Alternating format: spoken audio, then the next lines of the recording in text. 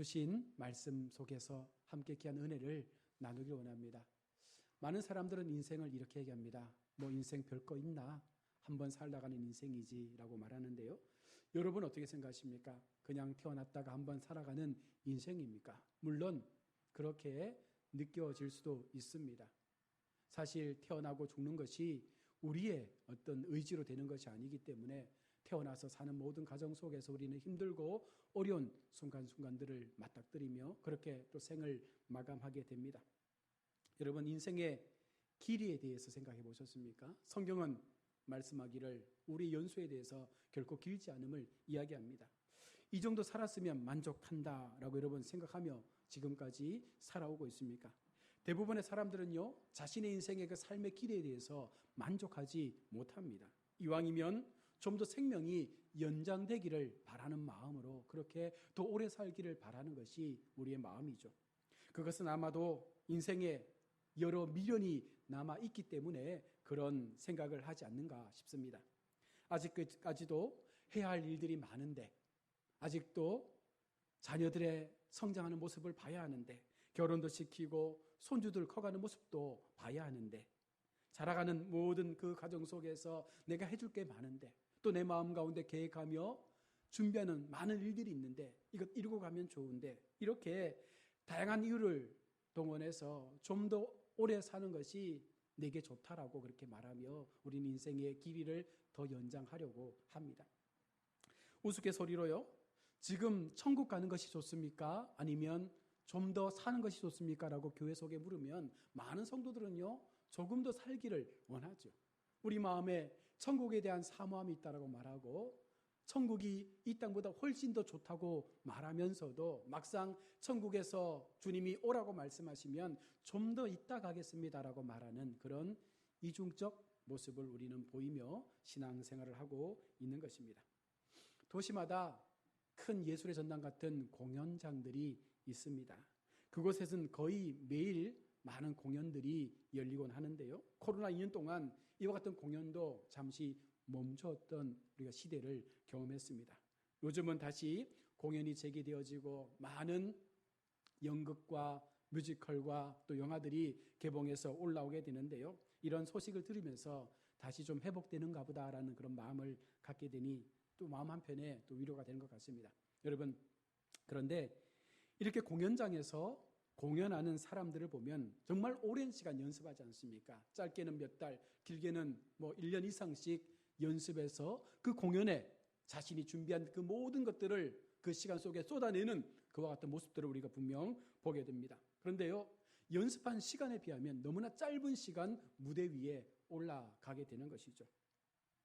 길게는 한두 시간, 좀 더 길어지면 3시간, 4시간 하는 공연도 있는데, 여러분, 그들은요, 그 한두 시간의 공연을 위해서 몇 달을, 수년을 그렇게 준비하며 그 무대에 서서 자신이 갈고 닦았던 그런 것들을 대중에게, 청중에게 보여준다는 것입니다. 그래서 어떻게 보면 짧은 기간 관중들의 그 박수 갈채를 받으려고 수개월 동안 땀 흘리며 그만큼의 노력을 한 것입니다. 더 열심히 노력하고 더 좋은 공연이 되도록 하기 위해서 그들은 모든 에너지를 그곳에 투자합니다. 그럼에도 만족하지 못할 때가 많다고 합니다. 오늘 공연 어땠습니까? 라고 물으면 뭔가 좀 부족했다라고 좀 더 열심히 더 연습해서 다음 무대에서는 더 멋진 공연으로 보답하기를 원한다라고 그들은 늘 대답을 합니다. 왜 그렇습니까? 더 잘하고 싶은 욕망이 그들 마음 가운데 있는 것이죠. 배우들 마음속에 좀 더 나은 모습, 정말 그 관객들을 매료시키고 관객들의 마음을 움직여서 이 공연을 통하여 그들이 함께 울고 웃을 수 있는 그런 공감의 역사가 일어날 수 있는 그런 무대가 되기를 원한다는 것입니다. 또 한편으로는 이것이 나의 인생의 마지막 무대가 될 수 있다는 그 마음을 가지고 그 무대에 서서 열심히 최선을 다해서 그들이 준비한 것들을 보여준다라고 합니다. 어떤 의미에서 보면요, 우리의 인생이 바로 이와 같은 공연장에 세워진 배우들과 같지 않습니까? 사람이 오래 살면 80에서 100년을 살아갑니다. 그런데 대부분의 사람들이요, 어떻게 보면 제대로 무대에 한번 서보지 못한 채 그렇게 죽음을 맞이하는 경우들도 우리가 많이 보지 않습니까? 그냥 우왕좌왕 하다가 그렇게 인생을 허비하고 어느 순간 주님 오라 하실 때에 아무것도 이루지 못한 채 그렇게 죽음을 맞이하는 사람들을 우리는 주변에서 봅니다. 그리고 무대에 올라간 사람도요, 자신의 준비가 너무 부족했다는 것을 압니다. 그리고 우리가 겨우 정신을 차리고 이제 뭔가 좀 해볼 만하면 그 무대에서 내려와야 되는 것처럼 우리의 인생도 그런 것 같습니다. 이제 좀 정신 차리고 예수 믿어 보려고 하니까 이제 하나님 앞에 돌아가야 될 시간이 됐다는 것이죠. 어제 교회에 타교회 성도님 세 분이 오셔서 잠깐 얘기를 나누었습니다. 한 분이 이렇게 말씀을 하시더라고요. 어머니가 99세신데 아버님이 99세신데 옛날에는 예수를 안 믿으셨대요. 그런데 자기가 정년을 마치면 교회를 나오겠다. 그리고 정년을 마치고 정말 교회를 나오셨는데 기도도 유창하게 하시고 뭔가 교회 앞에 열심히 하는 것 같은데 보면 신앙이 없는 것 같은, 구원의 확신이 없는 것 같은 그런 삶을 사시다가 나이가 많아지고 지금은 요양병원에 계시는데 요양병원 선생님들이 하시는 말씀이 너무 많이 변했다는 거예요. 이 어른이. 그러면서 이 어른이 하시는 말씀이 뭐냐면 내가 지금 뭔가 좀 해보려고 하는데 너무 늦게 깨달은 것 같다라는 그런 말씀을 99세야 하신 거예요. 그러면서 그 분이 하시는 말씀이 우리 남편도 지금 아직 교회를 나오지 않는데 모태신앙인데 교회를 나오겠다고 말하는데 우리 남편도 또 정년하고 나면 교회를 나올지 모르겠지만 아버님 같은 그런 실수를 반복하지 않도록 좀 일찍 하나님께 나와서 무언가 하나님의 뜻을 펼쳐보고 그렇게 하나님께로 갈 수 있는 그런 삶을 살았으면 좋겠다라고 그렇게 말씀하시면서 기도를 부탁을 하셨다는 것이죠. 여러분, 이것이 우리의 인생의 모습과 너무 흡사하지 않습니까? 운동선수나 연기자들을 볼 때에 그들은요 최정상의 인기를 날마다 누릴 것처럼 보여지지만 어느 순간 그 무대에서 내려와야 될 때가 분명 있다는 것입니다. 얼마 전 송혜라는 선생님이 이제 돌아가셨는데요. 이런 분들처럼 평생을 사랑받고 또 대중 속에 기억되는 분들도 있겠지만 거의 많은 사람들은요 어느 순간 정점을 찍고 나면 자꾸만 대중들의 기억 속에서 사라지게 되는 것입니다. 불과 몇 년 반짝 인기를 얻고 나면 그 뒤로는 잊혀지게 되는 것이죠. 정치인도 마찬가지 아니겠습니까? 아무리 정치를 잘해도 여러분 우리나라 정치사를 보십시오. 정말 우리의 기억 속에 정말 잘했다라고 인정받을 만한 정치인들이 과연 몇 명이나 됩니까?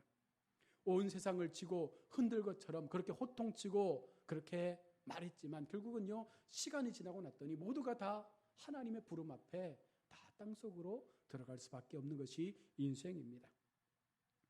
이런 것을 보면 사람의 인생이 얼마나 허무한지 우리는 다시금 깨닫게 됩니다. 거의 대부분의 사람들은요 자신의 가야 할 길을 알지 못한 채 살다가 그렇게 죽는 것입니다.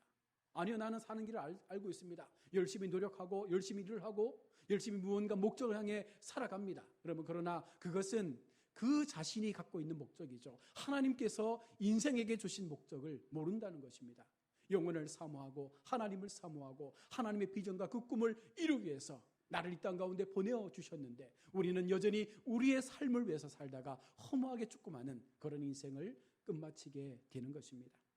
오늘 시편 90편은요 바로 이런 기독교적인 인생론에 대해서 무엇이 온전한 인생인가에 대해서 말씀을 합니다. 그래서 시편은요 전도서와도 너무나 같은 분위기로 글을 써내려가고 있습니다. 그런데 성경적인 인생론은요 단순히 인생 자체가 짧고 허무하다라는 것만으로 끝마치지 않습니다. 험한 인생의 그 종말을 마치며 그렇게 인생이 끝난다라고 이야기하는 것이 아닙니다. 인생이 허무한 이유가 무엇인지를 분명하게 지적하고 있으며 그리고 나서 그 인생의 허무함이 우리 인생 가운데 일어나지 않기 위해서 어떻게 살아가야 하는지에 대해서 말씀하고 있는 것입니다. 이처럼 험한 인생을 살지 않으려면 어떻게 해야 할까요? 우리 모두는 소중한 삶을 살아가고 있습니다.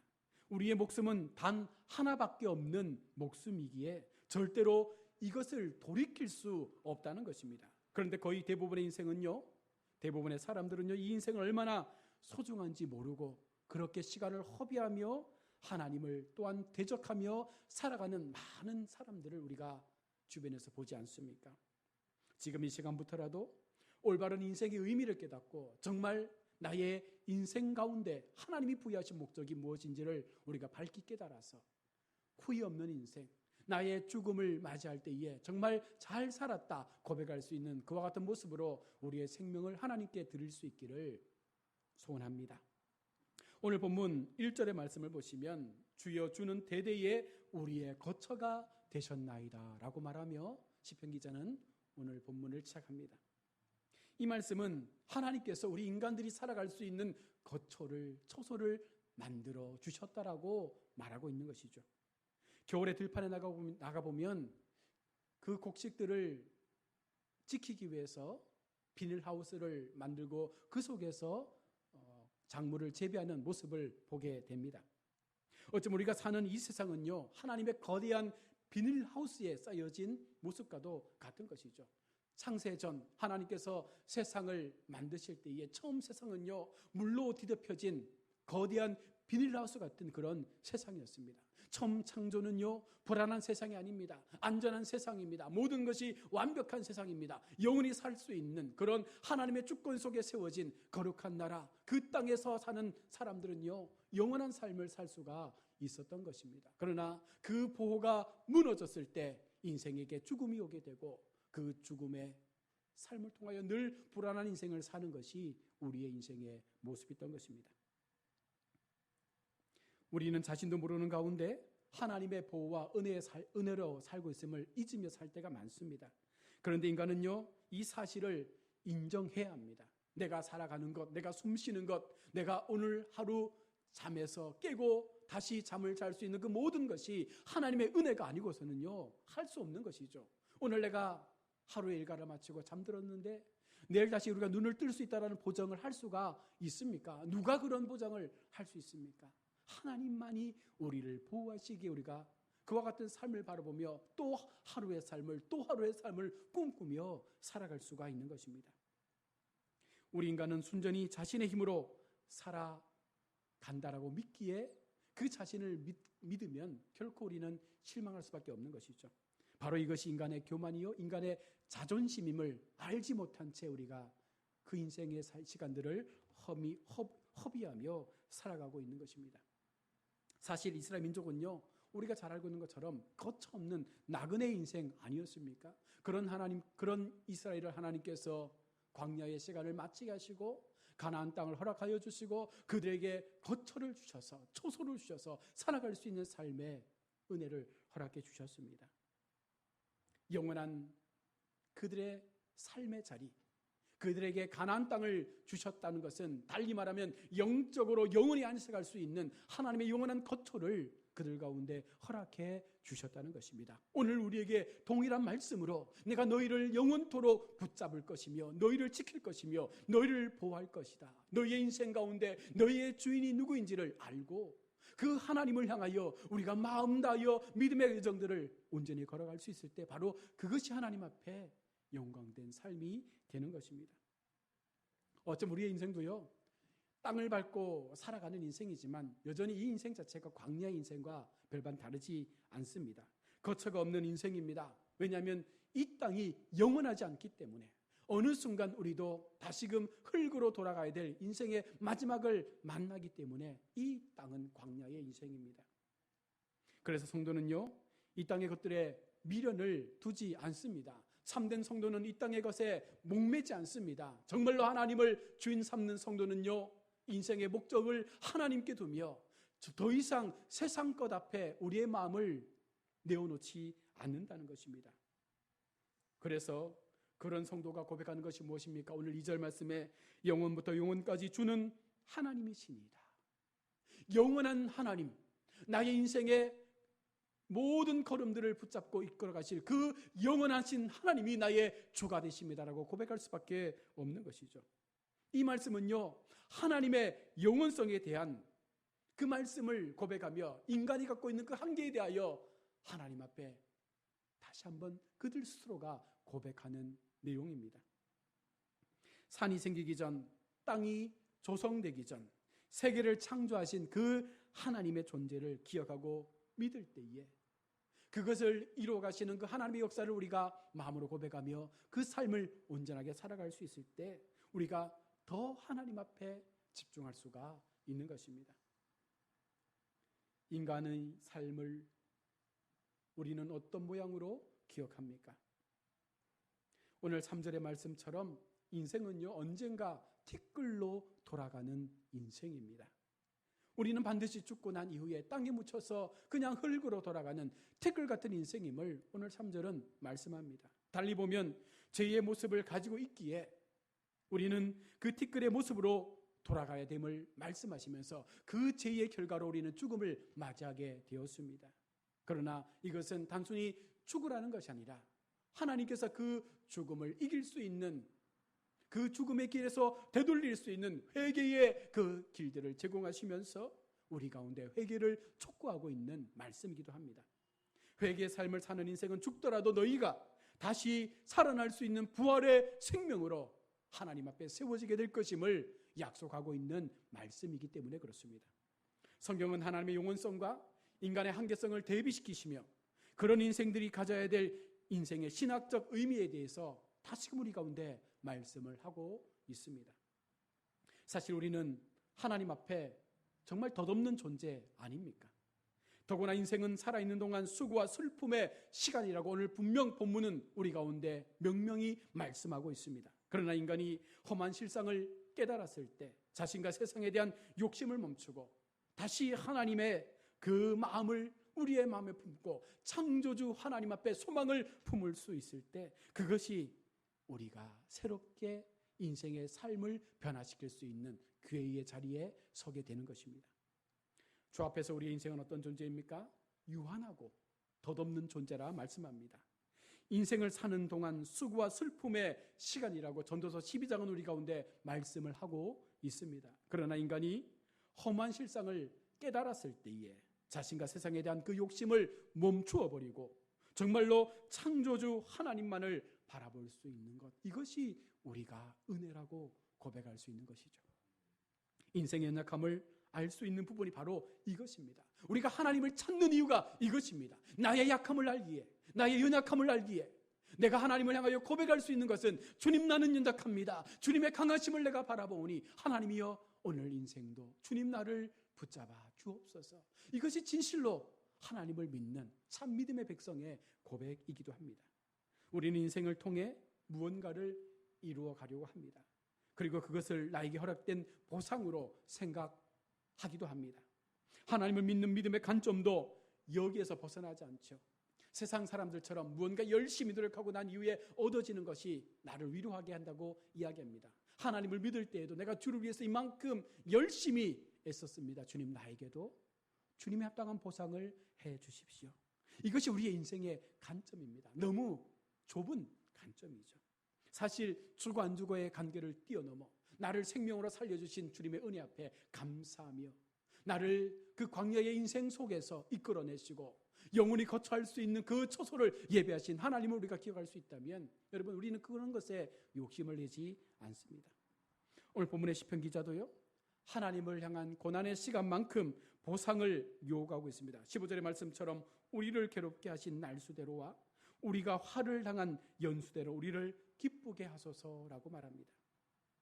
여기서 말하는 고난의 시간만큼 보상해달라고 하는 이 요구의 의미는요, 시간에 비례한 보상을 요구한 것이 아니라 민족이 오랫동안 수고했고 고통을 당했으니 하나님의 지속적인 그 은혜의 복을 이 민족 위에 부어주실 것을 말씀하고 있는 것입니다. 끝까지 하나님의 동행이 멈춰지지 않기를, 끝까지 하나님의 주권 앞에 세워진 민족으로 그렇게 이 땅에서의 삶을 살아갈 수 있도록 하나님이 주인 되어 주시옵소서라는 이와 같은 고백이 그들의 삶을 통하여 드러나고 있는 것입니다. 즉 시인은 하나님의 사랑을 회상하면서 본래의 사랑을 회복해 달라고 간구하고 있는 것입니다. 처음 경험했던 그 사랑, 처음 만났던 그 사랑, 그 사랑을 마음에 담고 마지막까지 하나님 불러주실 그날까지 이 마음으로 이 땅에서의 삶을 주님과 함께 살기를 원합니다. 이것이 오늘 시편 기자의 고백입니다. 지금 우리는 어떤 인생의 삶을 살아가고 있습니까? 우리는 얼마나 하나님의 회복된 사랑을 요구하며 살아가고 있습니까? 우리의 마음에 얼마나 그 첫사랑의 신앙이 뜨겁게 일어나서 세상의 욕심과 가치를 벗어버리고 오직 하나님 주시는 그 영적 세계관 속에서, 성경적 세계관 속에서 주님을 붙잡고 창조 되신 주님을 바라보며 그 믿음의 고백을 드리고 있습니까? 인생 최고의 기쁨이요 행복이신 그 주님을 통하여 다시 우리의 인생의 의미를 깨닫게 되기를 소망합니다. 온전하신 주님을 붙잡고 나에게 그 무엇과도 바꿀 수 없는 주님만이 나의 인생의 목적이 되심을 우리가 기억하며 하나님 앞에 우리의 삶을 내어드릴 수 있기를 원합니다. 그러면 더 이상 우리는 세상 앞에 우리의 마음이 빼앗기지도 우리의 욕심이 우리의 삶을 삼키지도 않을 것입니다. 어찌면 얼마 남지 않은 인생, 이 세워진 무대 속에서 우리는 좀 더 멋진 공연을 펼치고 인생을 마쳐야 되지 않겠습니까? 하나님께서 잘했다 박수 쳐주시고 칭찬해 주실 그 날들을 기억하며 내게 주신 인생의 무대 속에서 마음껏 하나님을 향하여 우리 자신을 증거하는 것이 아니라 하나님을 증거하며 하나님을 자랑하며 하나님을 빛낼 수 있는 그런 모습으로 이 인생 무대 속에서 우리가 최선의 삶을 살아갈 수 있을 때 이것이 하나님 앞에 바른 인생의 삶을 살아간 후회 없는 인생의 삶을 살고 그 인생을 마치게 될 우리의 모습이 되어야 할 줄로 믿습니다. 사랑하는 성도 여러분, 하나님은 오늘 기독교의 인생론에 대해서 분명하게 말씀합니다. 그냥 태어나 살다 죽는 인생이 아니라 그 삶의 의미가 있고 그 삶의 가치가 있고 그 삶의 중심이 누구이냐에 따라서 달라지는 인생임을 말씀합니다. 기독교의 인생과는요, 하나님이 목적이기에, 하나님이 중심이기에, 하나님이 우리의 삶의 모든 것이기에 그 주님을 향하여 우리의 마음을 고백할 수 있으면, 그 주님을 향한 영광된 삶을 살아갈 수 있으면 그것이 가장 기쁨이 되는 인생임을 말씀하시며, 그와 같은 삶을 사는 하나님의 사람들을 주님께서 끝까지 지켜주시고 마지막 영원한 그 천국에서의 삶에서 함께할 수 있는, 거주할 수 있는 은혜를 주시겠다 말씀하고 있는 것입니다. 우리 모두가 이와 같은 마음을 가지고 진정 하나님 앞에 바른 인생의 삶의 목적을 회복하셔서 주님과 함께 끝까지 동행하시는 믿음의 거룩한 백성들 다 될 수 있기를 주의 이름으로 축원합니다.